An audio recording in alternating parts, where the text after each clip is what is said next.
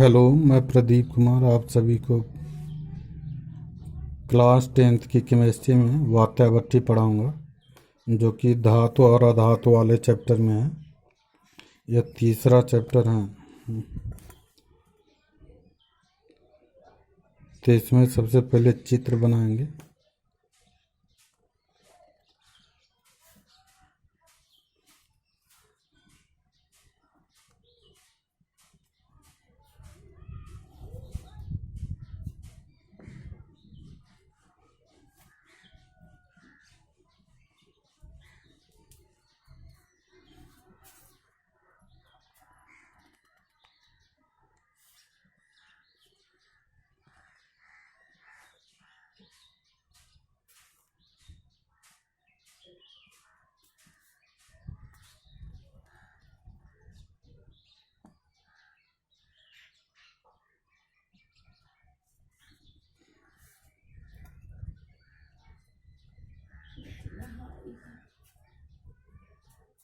एक ही कपड़ा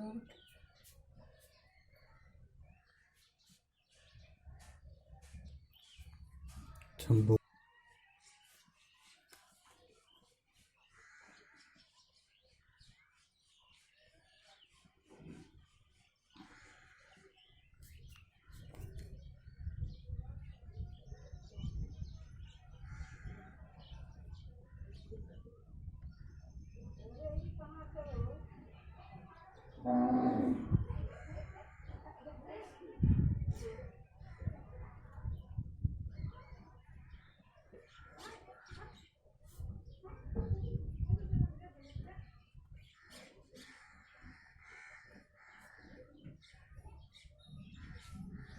इस तरह से चित्र बना लेंगे।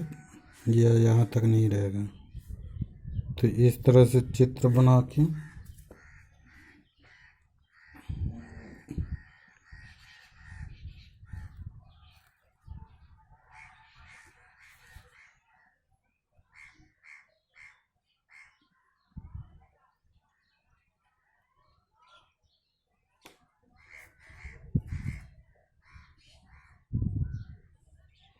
यहाँ भी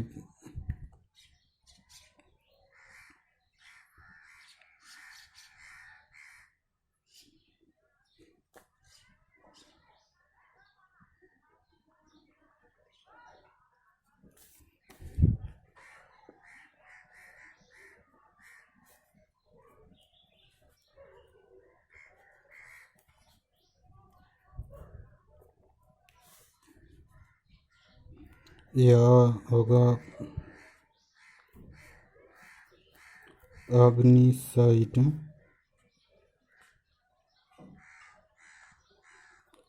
अग्निसाइट और यह होगा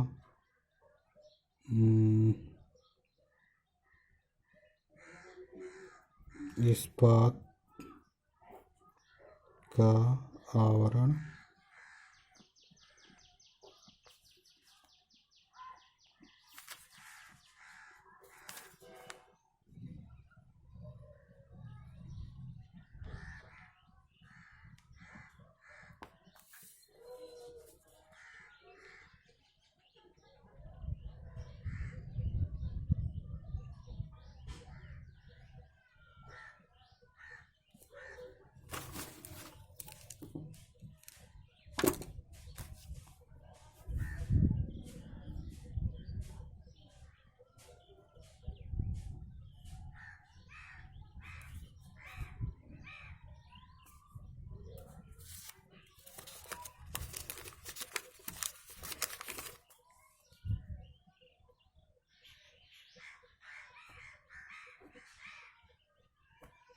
निकाह द्वार यहाँ पर होगा पिघली धातु।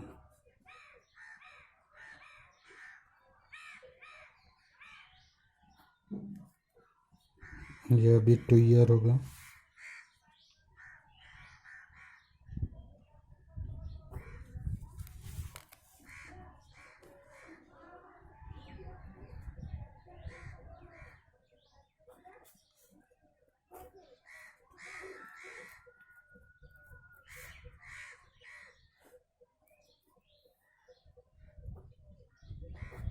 इसको कोन कहते हैं। यहाँ पे इसका रेंज होगा 400 से 800 डिग्री सेंटीग्रेड, 800 से 1000 डिग्री सेंटीग्रेड तक, और 1000 से 1200, और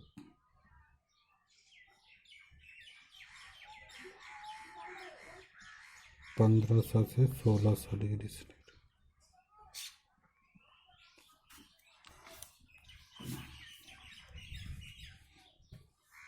तो इस तरह से यहाँ पर यह चूल्हा होगा।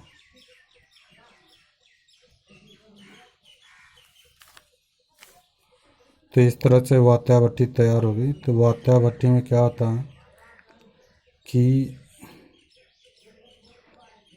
ध्यान से सुनिएगा कि वात्या भट्टी दो प्रकार की होती है। एक बड़ी वात्या भट्टी होती है, दूसरा छोटी वात्या भट्टी होती है।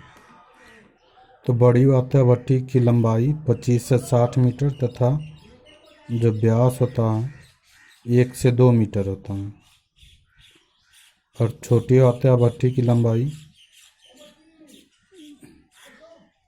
6 से 8 मीटर होता है, और व्यास 1 से 2 मीटर के लगभग होता है।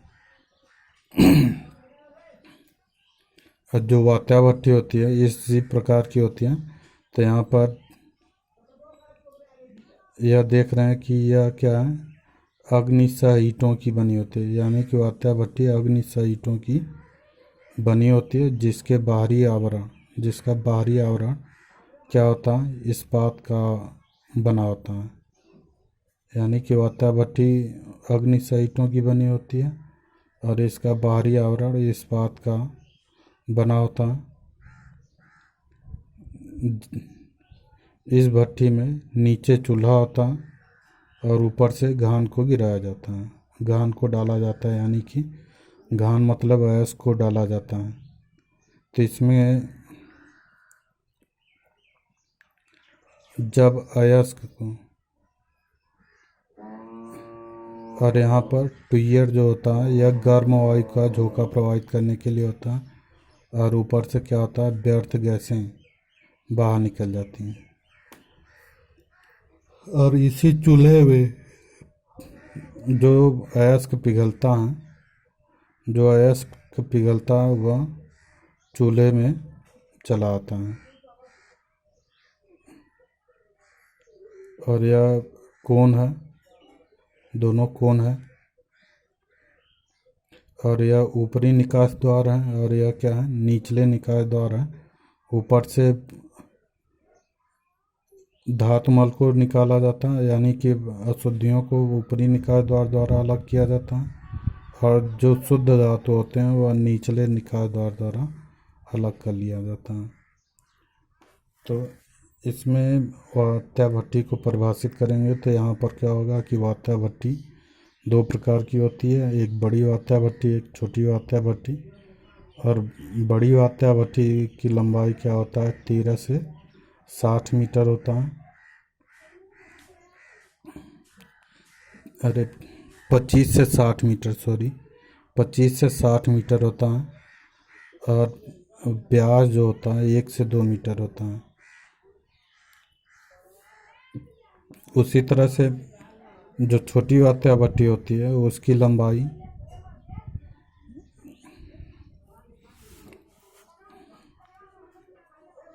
बड़ी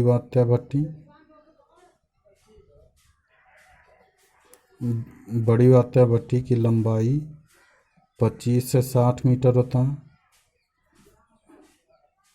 और चौड़ाई यानी कि व्यास 1 से 2 मीटर होता है। और जो छोटी वात्या भट्टी होती है, छोटी वात्या भट्टी की लंबाई 6 से 8 मीटर होता है, 6 से 8 मीटर, और चौड़ाई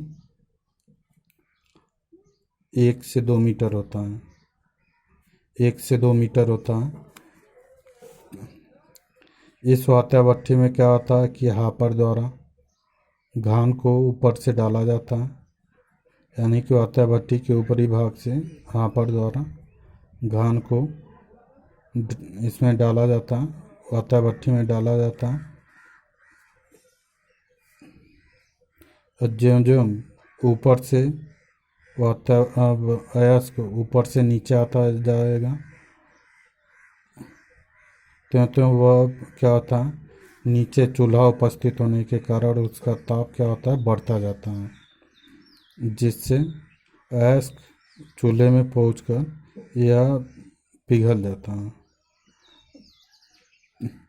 और जो अशुद्धियाँ होती हैं इस धातु के ऊपर, यानी कि जो धातु होता है वह चूल्हे यानी कि वात्या भट्टी के तली में एकत्रित होता है, और जो अशुद्धियाँ होती हैं धातु की सतह पर तैरने लगती हैं, जिसको निकाह द्वारा क्या कर लेते हैं, ऊपरी निकाह द्वारा अलग कर लिया जाता है, और धातु को, शुद्ध धातु को क्या करते हैं, निचले निकाह द्वारा अलग कर लिया जाता है। तो और इसमें क्या होता है कि जब ट्यूब द्वारा वायु का गर्म झोंका प्रवाहित करते हैं तो अयस्क में उपस्थित व्यर्थ गैसें वह वात्या भट्टी के ऊपरी भाग से क्या होता है, बाहर निकल जाता है।